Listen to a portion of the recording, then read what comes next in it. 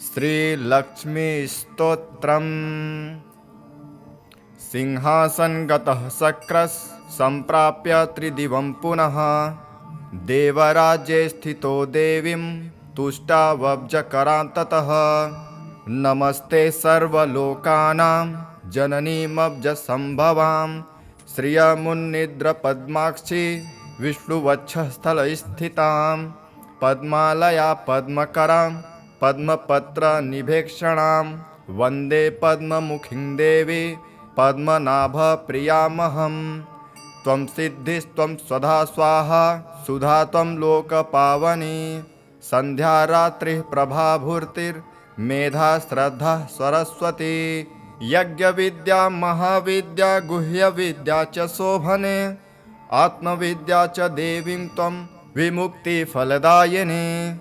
आन्वीक्षिकी त्रयीवार्ता दण्डनिस्तिस्त्वमेव च, सौम्या सौम्यैर्जगद्रूपे त्वय्यद्देवी पुरीतमं।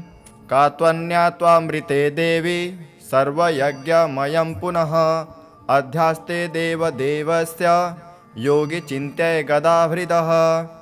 त्वया देवी परित्यक्तं सकलं भुवनत्रयं, विनष्टप्रायं भव त्वयेदानीं समेधितं। दारः पुत्रास्तथा गार सुहृद्धान्यधनादिकं, भवन्ते तन्महाभागे नित्यं त्वद्विषडानृणां। शरीरारोग्यमैश्वर्यमरिपक्षक्षयः सुखं, देवी त्वद्दृष्टिदृष्टानां पुरुषाणां न दुर्लभं। त्वं माता सर्वलोकानां देवदेवो हरिः पिता, त्वयैतद्विष्णुना चाम्ब जगद्व्याप्तं चराचरम्। मानः कोशं तथा गोष्ठं मा गृहं मा परिच्छदं, मा शरीरं कलत्रं च त्यजेथः सर्वपावनी। मा पुत्रान्न सुहृद्वर्ग मा पशून्ना विभूषणं, त्यजेथा मम देवस्य विष्णुर्वक्षस्थलालये। सत्त्वेन सत्यशौचाभ्यां तथा शीलादिभिर्गुणैः, त्यजन्ते ते नरा सद्यः सत्यक्ता ये त्वयामले। त्वया विलोकिताः सद्यः शिलाद्यैरखिलैर्गुणैः, कुलैश्वर्यश्च युज्यन्ते पुरुषाः निर्गुणा अपि। सश्लाघ्यः स गुणी धन्यः स कुलीनः स बुद्धिमान्, ससुरः स च विक्रान्तो यस्त्वया देवी वीक्षितः। सद्यो वैगुण्यमायान्ति शिलाद्यः सकला गुणः, पराङ्मुखी जगद्धात्री यस्य तं विष्णुवल्लभे। न ते वर्णयुतिं सक्ता गुणाञ्जिह्वापि वेधसः, प्रसीद देवी पद्माक्षी मास्मांस्त्याक्षिः कदाचन। एवं श्रीसंस्तुता सम्यक् प्राह देवी सतक्रतुं, शृण्वतां सर्वदेवानां सर्वभूतस्थिता द्विज। परितुष्टास्मि देवेश स्तोत्रेणानेन ते हरे, वरं विडिस्व यस्विस्तो वरदाहं तवागता। वरदा यदि मे देवी वारार्हो यदि वाप्यहं, त्रैलोक्यं न त्वया त्याज्य मे समेस्तु वरः परः। स्तोत्रेण यस्तथैतेन तोस्यस्तब्धि सम्भवे, स त्वया न परित्याज्यो द्वितीयोस्तु वरो मम। त्रैलोक्यं त्रिदश श्रेष्ठ न सन्त्यक्ष्यामि वासन, दत्तो वरो मया यस्ते स्तोत्राराधनतुष्टया। यश्च सायं तथा प्रातः स्तोत्रेणानेन मानवः, मां स्तोष्यत् न तस्याहं भविष्यामि पराङ्मुखिः।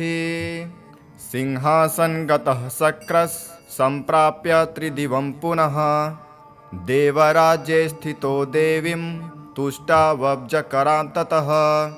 नमस्ते सर्वलोकानां जननीमब्जसम्भवां, श्रियमुन्निद्रपद्माक्षी विष्णुवक्षस्थलस्थितां, पद्मालया पद्मकरां पद्मपत्रनिभेक्षणां, वन्दे पद्ममुखीं देवी पद्मनाभप्रियामहं। त्वं सिद्धिस्त्वं स्वधा स्वाहा सुधा त्वं लोकपावनी, संध्या रात्रिः प्रभाभूर्तिर्मेधा श्रद्धा सरस्वती। यज्ञविद्या महाविद्या गुह्यविद्या च शोभने। आत्मविद्या च देवीं त्वं विमुक्तिफलदायिनी। आन्वीक्षिकी त्रयी वार्ता दण्डनिस्तिस्त्वमेव च। सौम्या सौम्यैर्जगद्रूपे त्वय्यद्वेवी पुरीतमम्। का त्वन्या त्वामृते देवी सर्वयज्ञमयं पुनः। अध्यास्ते देवदेवस्य योगी चिन्त्य गदाभृदः। त्वया देवी परित्यक्तं सकलं भुवनत्रयं। विनष्टप्रायं भव त्वयेदानीं समेधितं। दारः पुत्रास्तथा गार सुहृद्धान्यधनादिकं। भवन्ते तन्महाभागे नित्यं त्वद्विषडानृणां। शरीरारोग्यमैश्वर्यमरिपक्षक्षयः सुखं। देवी त्वद्दृष्टिदृष्टानां पुरुषाणां न दुर्लभं। त्वं माता सर्वलोकानां देवदेवो हरिः पिता। त्वयैतद्विष्णुना चाम्ब जगद्व्याप्तं चराचरं। मा नः कोशं तथा गोष्ठं मा गृहं मा परिच्छदं। मा शरीरं कलत्रं च त्यजेथः सर्वपावनी। मा पुत्रान्न सुहृद्वर्ग मा पशून्ना विभूषणं। त्यजेथा मम देवस्य विष्णुर्वक्षस्थलालये। सत्त्वेन सत्यशौचाभ्यां तथा शीलादिभिर्गुणैः त्यजन्ते ते नरा सद्यः सत्यक्ता ये त्वयामले। त्वया विलोकिताः सद्यः शिलाद्यैरखिलैर्गुणैः। कुलैश्वर्यश्च युज्यन्ते पुरुषाः निर्गुणा अपि। सश्लाघ्यः स गुणी धन्यः स कुलीनः स बुद्धिमान्। ससुरः स च विक्रान्तो यस्त्वया देवी वीक्षितः। सद्यो वैगुण्यमायान्ति शिलाद्यः सकला गुणः। पराङ्मुखी जगद्धात्री यस्य त्वं विष्णुवल्लभे। न ते वर्णयुतिं सक्ता गुणाञ्जिह्वापि वेधसः। प्रसीद देवी पद्माक्षी मास्मांस्त्याक्षिः कदाचन। एवं श्रीसंस्तुता सम्यक् प्राह देवी सतक्रतुं। शृण्वतां सर्वदेवानां सर्वभूतस्थिता द्विज। परितुष्टास्मि देवेश स्तोत्रेणानेन ते हरे। वरं विडिस्व यस्विस्तो वरदाहं तवागता। वरदा यदि मे देवी वारार्हो यदि वाप्यहं। त्रैलोक्यं न त्वया त्याज्य मे समेस्तु वरः परः। स्तोत्रेण यस्तथैतेन तोस्यस्तब्धि सम्भवे। स त्वया न परित्याज्यो द्वितीयोस्तु वरो मम। त्रैलोक्यं त्रिदशश्रेष्ठ न सन्त्यक्ष्यामि वासन। दत्तो वरो मया यस्ते स्तोत्राराधनतुष्टया। यश्च सायं तथा प्रातः स्तोत्रेणानेन मानवः। मां स्तोष्यत् न तस्याहं भविष्यामि पराङ्मुखिः।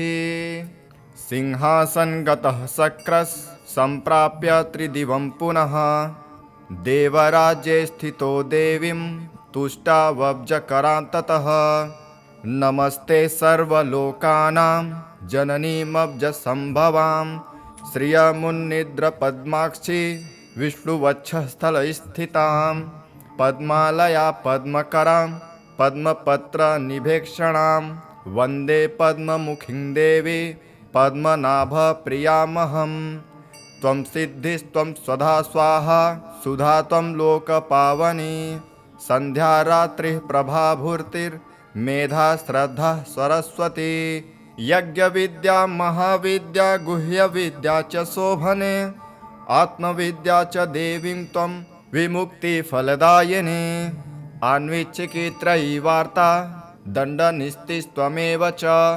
सौम्या सौम्यैर्जगद्रूपे त्वय्यद्वेवी पुरीतमम्। का त्वन्या त्वामृते देवी सर्वयज्ञमयं पुनः। अध्यास्ते देवदेवस्य योगी चिन्त्य गदाभृदः। त्वया देवी परित्यक्तं सकलं भुवनत्रयं। विनष्टप्रायं भव त्वयेदानीं समेधितं दारः पुत्रास्तथागार सुहृद्धान्यधनादिकं भवन्ते तन्महाभागे नित्यं त्वद्विषडानृणां शरीरारोग्यमैश्वर्यमरिपक्षक्षयः सुखं देवी त्वद्दृष्टिदृष्टानां पुरुषाणां न दुर्लभं त्वं माता सर्वलोकानां देवदेवो हरिः पिता त्वयैतद्विष्णुना चाम्ब जगद्व्याप्तं चराचरं मानः कोशं तथा गोष्ठं मा गृहं मा परिच्छदं मा शरीरं कलत्रं च त्यजेथः सर्वपावनी मा पुत्रान्ना सुहृद्वर्ग मा पशून्ना विभूषणं त्यजेथा मम देवस्य विष्णुर्वक्षस्थलालये सत्त्वेन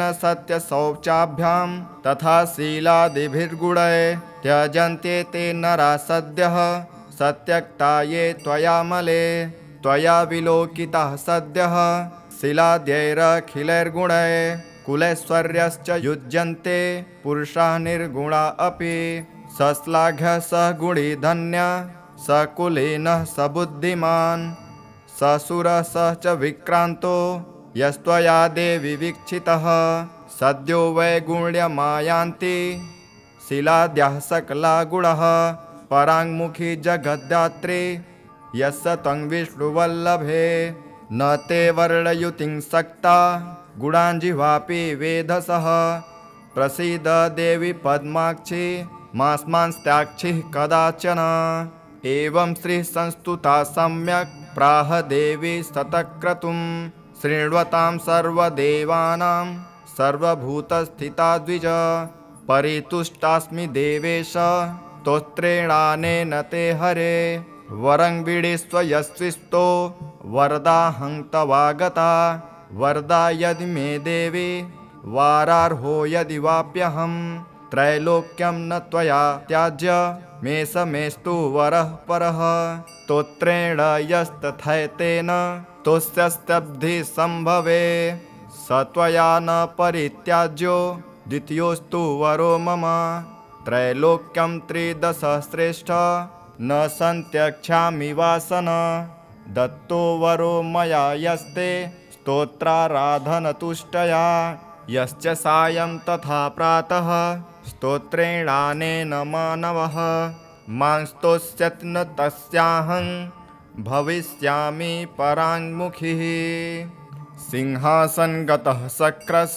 सम्प्राप्य त्रिदिवं पुनः देवराज्ये स्थितो देवीं तुष्टावब्जकरां ततः नमस्ते सर्वलोकानां जननीमब्जसम्भवां श्रियमुन्निद्रपद्माक्षी विष्णुवक्षस्थलस्थितां पद्मालया पद्मकरां पद्मपत्रनिभेक्षणां वन्दे पद्ममुखीं देवी पद्मनाभप्रियामहं त्वं सिद्धिस्त्वं स्वधा स्वाहा सुधा त्वं लोकपावनी सन्ध्या रात्रिः प्रभाभूर्तिर्मेधा श्रद्धा सरस्वती यज्ञविद्या महाविद्या गुह्यविद्या च शोभने आत्मविद्या च देवीं त्वं विमुक्तिफलदायिनी आन्वीक्षिकी वार्ता दण्डनिस्तिस्त्वमेव च सौम्या सौम्यैर्जगद्रूपे त्वय्यद्वेवी पुरीतमं का त्वन्या त्वामृते देवी सर्वयज्ञमयं पुनः अध्यास्ते देवदेवस्य योगिचिन्त्य गदाभृदः त्वया देवी परित्यक्तं सकलं भुवनत्रयं विनष्टप्रायं भव त्वयेदानीं समेधितं दारः पुत्रास्तथागार सुहृद्धान्यधनादिकं भवन्ते तन्महाभागे नित्यं त्वद्विषडानृणां शरीरारोग्यमैश्वर्यमरिपक्षक्षयः सुखं देवी त्वद्दृष्टिदृष्टानां पुरुषाणां न दुर्लभं त्वं माता सर्वलोकानां देवदेवो हरिः पिता त्वयैतद्विष्णुना चाम्ब जगद्व्याप्तं चराचरं मानः कोशं तथा गोष्ठं मा गृहं मा परिच्छदं मा शरीरं कलत्रं च त्यजेथः सर्वपावनी मा पुत्रान्ना सुहृद्वर्ग मा पशून्ना विभूषणम् त्यजेथा मम देवस्य विष्णुर्वक्षस्थलालये सत्त्वेन सत्यशौचाभ्यां तथा शीलादिभिर्गुणैः त्यजन्ते ते नरा सद्यः सत्यक्ता ये त्वयामले त्वया विलोकिताः सद्यः शिलाद्यैरखिलैर्गुणैः कुलैश्वर्यश्च युज्यन्ते पुरुषाः निर्गुणा अपि सश्लाघ्यः स गुणी धन्यः स कुलीनः स बुद्धिमान् ससुरः स च विक्रान्तो यस्त्वया देवि वीक्षितः सद्यो वैगुण्यमायान्ति शिलाद्यः सकला गुणः पराङ्मुखी जगद्धात्री यस्य त्वं विष्णुवल्लभे न ते वर्णयुतिं सक्ता गुणाञ्जिह्वापि वेधसः प्रसीद देवी पद्माक्षी मास्मांस्त्याक्षिः कदाचन एवं श्रीसंस्तुता सम्यक् प्राह देवी सतक्रतुं शृण्वतां सर्वदेवानां सर्वभूतस्थिता द्विज परितुष्टास्मि देवेश स्तोत्रेणानेन ते हरे वरं विडिस्व यस्विस्तो वरदाहं तवागता वरदा यदि मे देवी वारार्हो यदि वाप्यहं त्रैलोक्यं न त्वया त्याज्य मे समेस्तु वरः परः स्तोत्रेण यस्तथैतेन तुष्यस्तब्धि सम्भवे स त्वया न परित्याज्यो द्वितीयोस्तु वरो मम त्रैलोक्यं त्रिदश श्रेष्ठ न सन्त्यक्ष्यामि वासन दत्तो वरो मया यस्ते स्तोत्राराधनतुष्टया यश्च सायं तथा प्रातः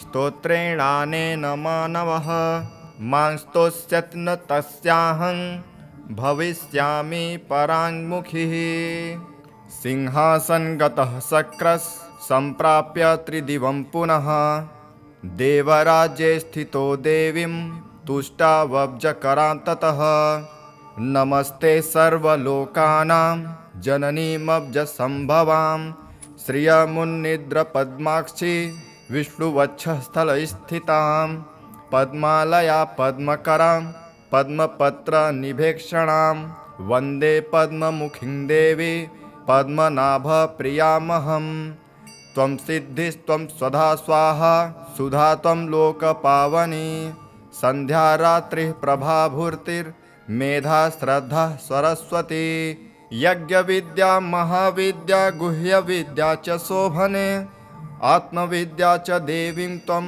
विमुक्तिफलदायिनी आन्वीक्षिकी त्रयी वार्ता दण्डनिस्तिस्त्वमेव च सौम्या सौम्यैर्जगद्रूपे त्वय्यद्वेवी पुरीतमं का त्वन्या त्वामृते देवी सर्वयज्ञमयं पुनः अध्यास्ते देवदेवस्य योगिचिन्त्य गदाभृतः त्वया देवी परित्यक्तं सकलं भुवनत्रयं विनष्टप्रायं भव त्वयेदानीं समेधितं दारः पुत्रास्तथागार सुहृद्धान्यधनादिकं भवन्ते तन्महाभागे नित्यं त्वद्विषडानृणां शरीरारोग्यमैश्वर्यमरिपक्षक्षयः सुखं देवी त्वद्दृष्टिदृष्टानां पुरुषाणां न दुर्लभं त्वं माता सर्वलोकानां देवदेवो हरिः पिता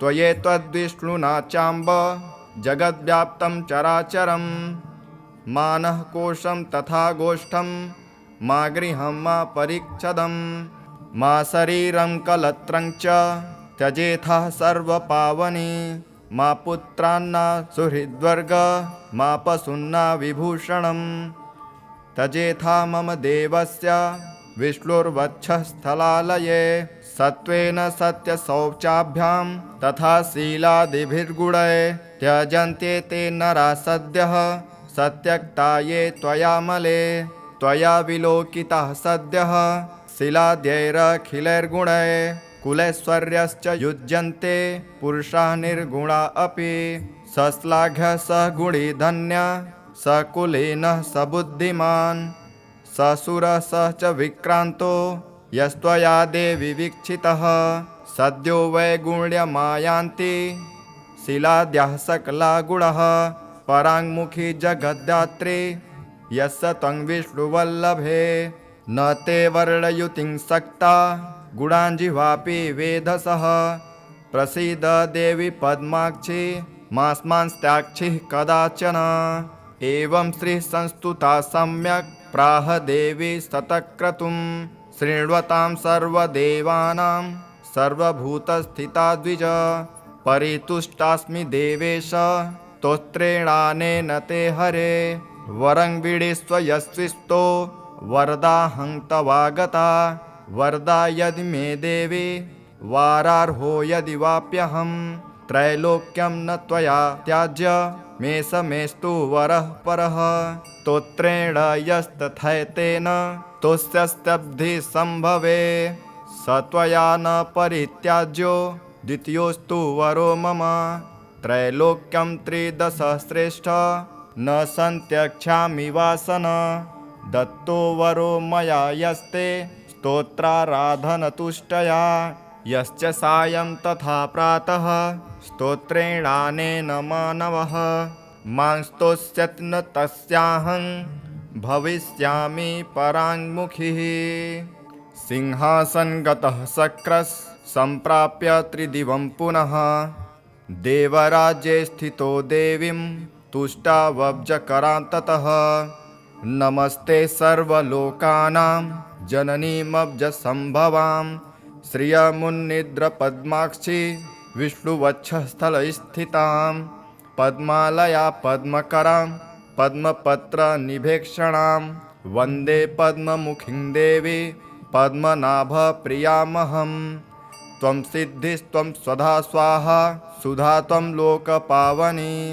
सन्ध्या रात्रिः प्रभाभूर्तिर्मेधा श्रद्धा सरस्वती यज्ञविद्या महाविद्या गुह्यविद्या च शोभने आत्मविद्या च देवीं त्वं विमुक्तिफलदायिनी आन्वीक्षिकी वार्ता दण्डनिस्तिस्त्वमेव च सौम्या सौम्यैर्जगद्रूपे त्वय्यद्वेवी पुरीतमं का त्वन्या त्वामृते देवी सर्वयज्ञमयं पुनः अध्यास्ते देवदेवस्य योगिचिन्त्य गदाभृतः त्वया देवी परित्यक्तं सकलं भुवनत्रयं विनष्टप्रायं भव त्वयेदानीं समेधितं दारः पुत्रास्तथा गार सुहृद्धान्यधनादिकं भवन्ते तन्महाभागे नित्यं त्वद्विषडानृणां शरीरारोग्यमैश्वर्यमरिपक्षक्षयः सुखं देवी त्वद्दृष्टिदृष्टानां पुरुषाणां न दुर्लभं त्वं माता सर्वलोकानां देवदेवो हरिः पिता त्वयेत्वद्विष्णुना चाम्ब जगद्व्याप्तं चराचरं मानः कोशं तथा गोष्ठं मा गृहं मा परिच्छदं मा शरीरं कलत्रं च त्यजेथः सर्वपावनी मा पुत्रान्ना सुहृद्वर्ग मा पशून्ना विभूषणं त्यजेथा मम देवस्य विष्णुर्वक्षस्थलालये सत्त्वेन सत्यशौचाभ्यां तथा शीलादिभिर्गुणैः त्यजन्ते ते नरा सद्यः सत्यक्ता ये त्वयामले त्वया विलोकिताः सद्यः शिलाद्यैरखिलैर्गुणैः कुलैश्वर्यश्च युज्यन्ते पुरुषाः निर्गुणा अपि सश्लाघ्य स गुणी धन्य स कुलीनः स बुद्धिमान् ससुरः स च विक्रान्तो यस्त्वया देवी वीक्षितः सद्यो वैगुण्यमायान्ति शिलाद्यः सकला गुणः पराङ्मुखी जगद्धात्री यस्य त्वं विष्णुवल्लभे न ते वर्णयुतिं सक्ता गुणाञ्जिह्वापि वेधसः प्रसीद देवी पद्माक्षी मास्मांस्त्याक्षिः कदाचन एवं श्री संस्तुता सम्यक् प्राह देवी सतक्रतुं शृण्वतां सर्वदेवानां सर्वभूतस्थिता द्विज परितुष्टास्मि देवेश स्तोत्रेणानेन ते हरे वरं विडिस्व यस्विस्तो वरदाहं तवागता वरदा यदि मे देवी वारार्हो यदि वाप्यहं त्रैलोक्यं न त्वया त्याज्य मे स मेस्तु वरः परः स्तोत्रेण यस्तथैतेन तोस्यस्तब्धि सम्भवे स त्वया न परित्याज्यो द्वितीयोस्तु वरो मम त्रैलोक्यं त्रिदश श्रेष्ठ न सन्त्यक्ष्यामि वासन दत्तो वरो मया यस्ते स्तोत्राराधनतुष्टया यश्च सायं तथा प्रातः स्तोत्रेणानेन मानवः मां स्तोष्यत् न तस्याहं भविष्यामि पराङ्मुखिः सिंहासनगतः शक्रस् सम्प्राप्य त्रिदिवं पुनः देवराज्ये स्थितो देवीं तुष्टावब्जकरान्ततः नमस्ते सर्वलोकानां जननीमब्जसम्भवां श्रियमुन्निद्रपद्माक्षी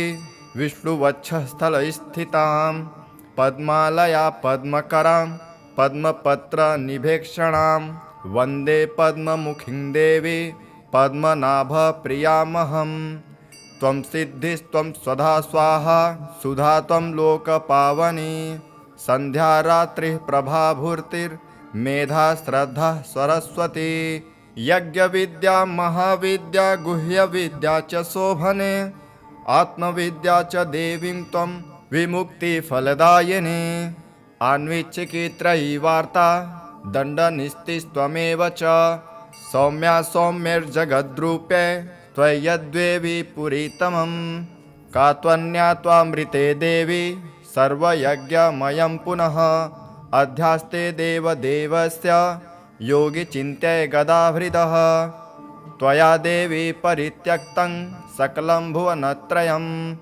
विनष्टप्रायं भव त्वयेदानीं समेधितं दारः पुत्रास्तथागार सुहृद्धान्यधनादिकं भवन्ते तन्महाभागे नित्यं त्वद्विषडानृणां शरीरारोग्यमैश्वर्यमरिपक्षक्षयः सुखं देवी त्वद्दृष्टिदृष्टानां पुरुषाणां न दुर्लभं त्वं माता सर्वलोकानां देवदेवो हरिः पिता त्वयैतद्विष्णुना चाम्ब जगद्व्याप्तं चराचरं मानः कोशं तथा गोष्ठं मा गृहं मा परिच्छदं मा शरीरं कलत्रं च त्यजेथः सर्वपावनी मा पुत्रान्ना सुहृद्वर्ग मा पशून्ना विभूषणं त्यजेथा मम देवस्य विष्णुर्वक्षस्थलालये सत्त्वेन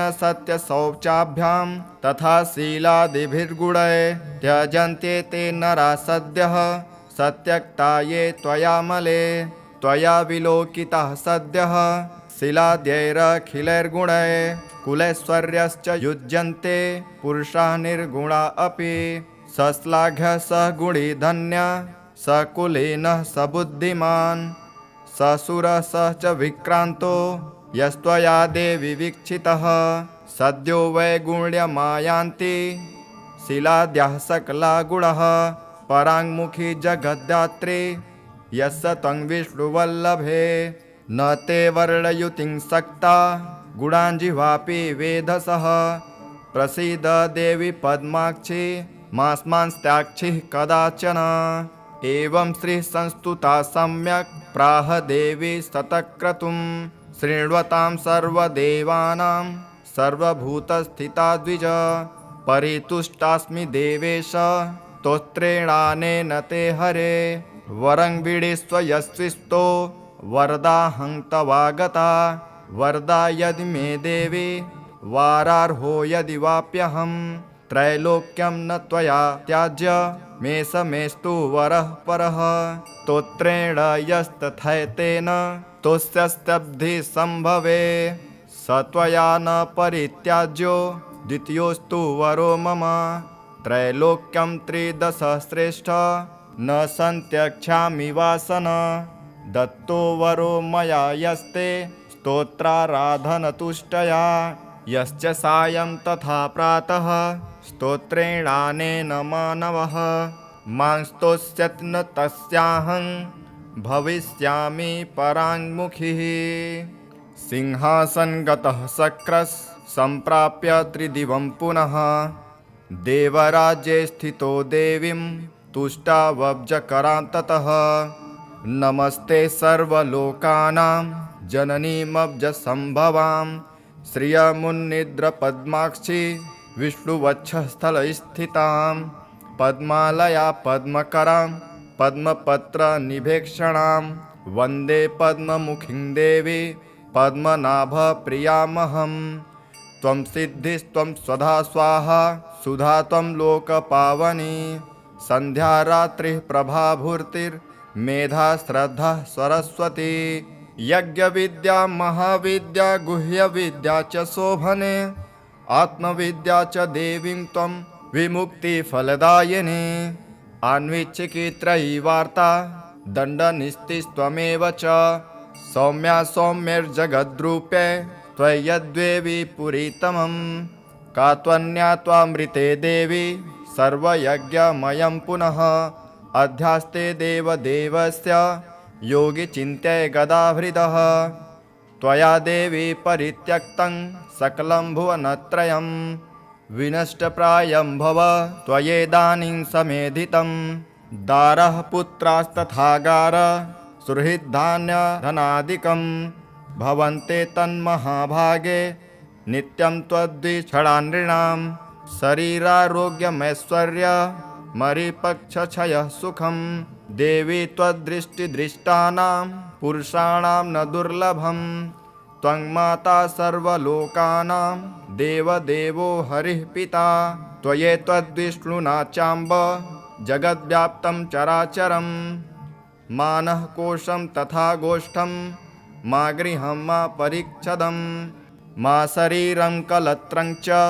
त्यजेथः सर्वपावनी मा पुत्रान्ना सुहृद्वर्ग मा पशून्ना विभूषणं त्यजेथा मम देवस्य विष्णुर्वक्षस्थलालये सत्त्वेन सत्यशौचाभ्यां तथा शीलादिभिर्गुणैः त्यजन्ते ते नरा सद्यः सत्यक्ता ये त्वयामले त्वया विलोकिताः सद्यः शिलाद्यैरखिलैर्गुणैः कुलैश्वर्यश्च युज्यन्ते पुरुषाः निर्गुणा अपि सश्लाघ्यः स गुणी धन्यः स कुलीनः स बुद्धिमान् ससुरः स च विक्रान्तो यस्त्वया देवी वीक्षितः सद्यो वैगुण्यमायान्ति शिलाद्यः सकला गुणः पराङ्मुखी जगद्धात्री यस्य त्वं विष्णुवल्लभे न ते वर्णयुतिं सक्ता गुणाञ्जिह्वापि वेधसः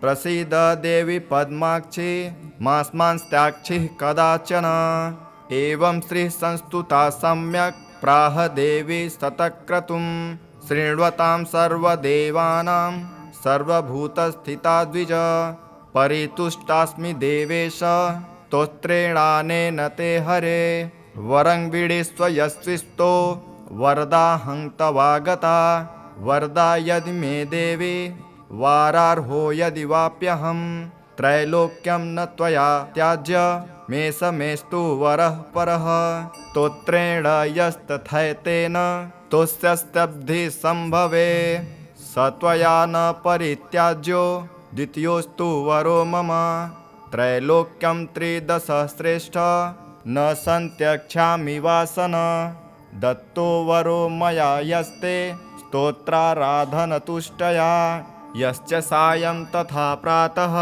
स्तोत्रेणानेन मानवः मां स्तोष्यत् न तस्याहं भविष्यामि पराङ्मुखिः सिंहासनगतः शक्रस् सम्प्राप्य त्रिदिवं पुनः देवराज्ये स्थितो देवीं तुष्टावब्जकरान्ततः नमस्ते सर्वलोकानां जननीमब्जसम्भवां श्रियमुन्निद्रपद्माक्षी विष्णुवक्षस्थलस्थितां पद्मालया पद्मकरां पद्मपत्रनिभेक्षणां वन्दे पद्ममुखीं देवी पद्मनाभप्रियामहम् त्वं सिद्धिस्त्वं स्वधा स्वाहा सुधा त्वं लोकपावनी संध्या रात्रिः प्रभाभूर्तिर्मेधा श्रद्धा सरस्वती यज्ञविद्या महाविद्या गुह्यविद्या च शोभने आत्मविद्या च देवीं त्वं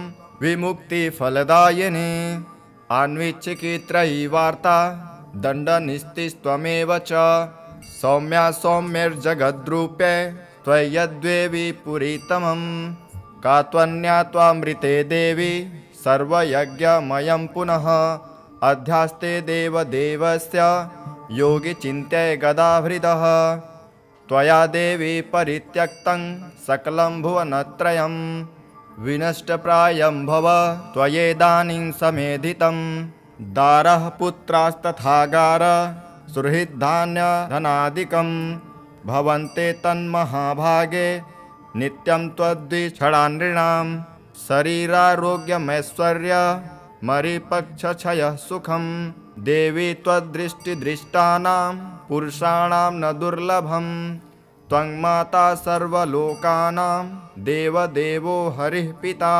त्वयेतद्विष्णुना चाम्ब जगद्व्याप्तं चराचरं मानः कोशं तथा गोष्ठं मा गृहं मा परिच्छदं मा शरीरं कलत्रं च त्यजेथः सर्वपावनी मा पुत्रान्ना सुहृद्वर्ग मा पशून्ना विभूषणं त्यजेथा मम देवस्य विष्णुर्वक्षस्थलालये सत्त्वेन सत्यशौचाभ्यां तथा शीलादिभिर्गुणैः त्यजन्ते ते नरा सद्यः सत्यक्ता ये त्वयामले त्वया विलोकितः सद्यः शिलाद्यैरखिलैर्गुणैः कुलैश्वर्यश्च युज्यन्ते पुरुषाः निर्गुणा अपि सश्लाघ्य स गुणी धन्य स कुलीनः स बुद्धिमान् ससुरः स च विक्रान्तो यस्त्वया देवी वीक्षितः सद्यो वैगुण्यमायान्ति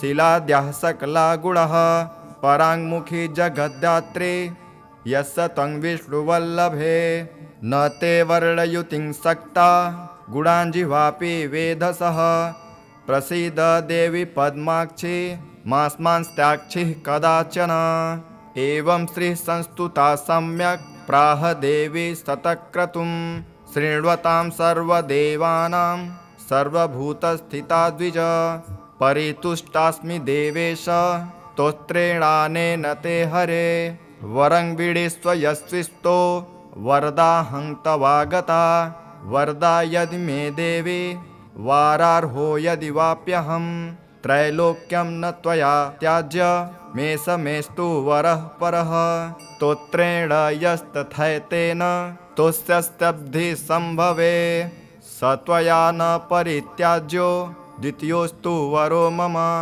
त्रैलोक्यं त्रिदशश्रेष्ठ न सन्त्यक्ष्यामि वासन दत्तो वरो मया यस्ते स्तोत्राराधनतुष्टया यश्च सायं तथा प्रातः स्तोत्रेणानेन मानवः मां स्तोष्यत् न तस्याहं भविष्यामि पराङ्मुखिः सिंहासनगतः शक्रः सम्प्राप्य त्रिदिवं पुनः देवराज्ये स्थितो देवीं तुष्टावब्जकरां ततः नमस्ते सर्वलोकानां जननीमब्जसम्भवां श्रियमुन्निद्रपद्माक्षी विष्णुवक्षस्थलस्थितां पद्मालया पद्मकरां पद्मपत्रनिभेक्षणां वन्दे पद्ममुखीं देवी पद्मनाभप्रियामहं त्वं सिद्धिस्त्वं स्वधा स्वाहा सुधा त्वं लोकपावनी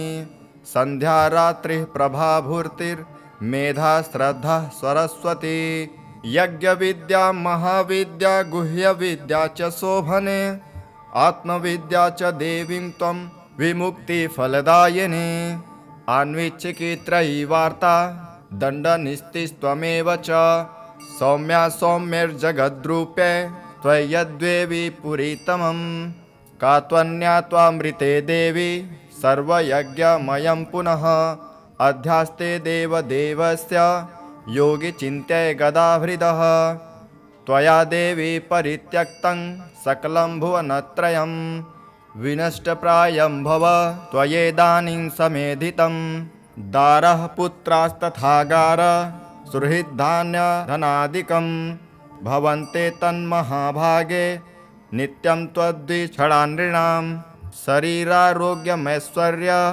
मरिपक्षक्षयः सुखं देवी त्वद्दृष्टिदृष्टानां पुरुषाणां न दुर्लभं त्वं माता सर्वलोकानां देवदेवो हरिः पिता त्वयैतद्विष्णुना चाम्ब जगद्व्याप्तं चराचरं मानः कोशं तथा गोष्ठं मा गृहं मा परिच्छदं मा शरीरं कलत्रं च त्यजेथः सर्वपावनी मा पुत्रान्ना सुहृद्वर्ग मा पशून्ना विभूषणं त्यजेथा मम देवस्य विष्णुर्वक्षस्थलालये सत्त्वेन सत्यशौचाभ्यां तथा शीलादिभिर्गुणैः त्यजन्ते ते नरा सद्यः सत्यक्ता ये त्वयामले त्वया विलोकिताः सद्यः शिलाद्यैरखिलैर्गुणैः कुलैश्वर्यश्च युज्यन्ते पुरुषाः निर्गुणा अपि सश्लाघ्यः स गुणी धन्यः स कुलीनः स बुद्धिमान् ससुरः स च विक्रान्तो यस्त्वया देवि वीक्षितः सद्यो वैगुण्यमायान्ति शिलाद्यः सकला गुणः पराङ्मुखी जगद्धात्री यस्य त्वं विष्णुवल्लभे न ते वर्णयुतिं सक्ता गुणाञ्जिह्वापि वेधसः प्रसीद देवी पद्माक्षी मास्मांस्त्याक्षिः कदाचन एवं श्रीसंस्तुता सम्यक् प्राह देवी सतक्रतुं शृण्वतां सर्वदेवानां सर्वभूतस्थिता द्विज परितुष्टास्मि देवेश स्तोत्रेणानेन ते हरे वरं विडिस्व यस्विस्तो वरदाहं तवागता वरदा यदि मे देवी वारार्हो यदि वाप्यहं त्रैलोक्यं न त्वया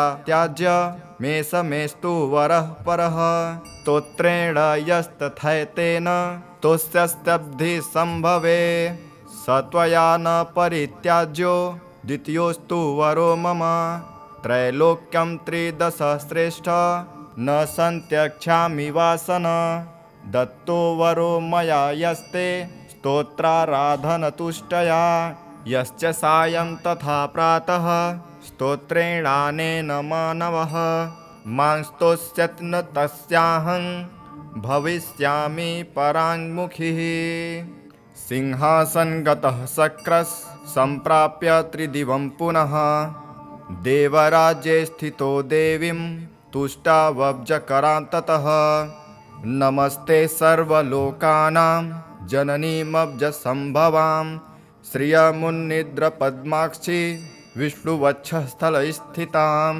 पद्मालया पद्मकरां पद्मपत्रनिभेक्षणां वन्दे पद्ममुखीं देवी पद्मनाभप्रियामहं त्वं सिद्धिस्त्वं स्वधा स्वाहा सुधा त्वं लोकपावनी सन्ध्या रात्रिः प्रभाभूर्तिर्मेधा श्रद्धा सरस्वती यज्ञविद्या महाविद्या गुह्यविद्या च शोभने आत्मविद्या च देवीं त्वं विमुक्तिफलदायिनी आन्वीक्षिकी त्रयी वार्ता दण्डनिस्तिस्त्वमेव च सौम्या सौम्यैर्जगद्रूपे त्वय्यद्वेवी पुरीतमं का त्वन्या त्वामृते देवी सर्वयज्ञमयं पुनः अध्यास्ते देवदेवस्य योगिचिन्त्य गदाभृतः त्वया देवी परित्यक्तं सकलं भुवनत्रयं विनष्टप्रायं भव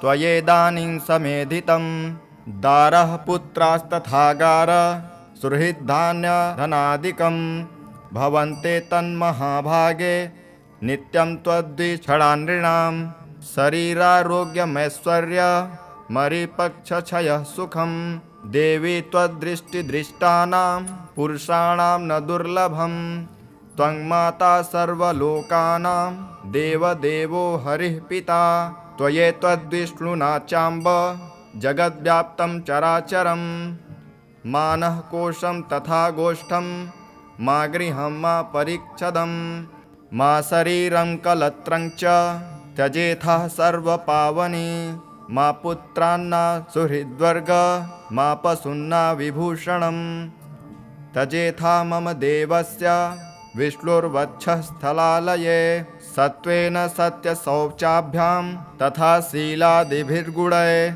त्यजन्ते ते नरा सद्यः सत्यक्ता ये त्वयामले त्वया विलोकिताः सद्यः शिलाद्यैरखिलैर्गुणैः कुलैश्वर्यश्च युज्यन्ते पुरुषाः निर्गुणा अपि सश्लाघ्यः स गुणी धन्यः स कुलीनः स बुद्धिमान् ससुरः स च विक्रान्तो यस्त्वया देवि वीक्षितः सद्यो वैगुण्यमायान्ति शिलाद्यः सकला गुणः पराङ्मुखी जगद्धात्री यस्य त्वं विष्णुवल्लभे न ते वर्णयुतिं सक्ता गुणाञ्जिह्वापि वेधसः प्रसीद देवी पद्माक्षी मास्मांस्त्याक्षिः कदाचन एवं श्रीसंस्तुता सम्यक् प्राह देवी सतक्रतुं शृण्वतां सर्वदेवानां सर्वभूतस्थिता द्विज परितुष्टास्मि देवेश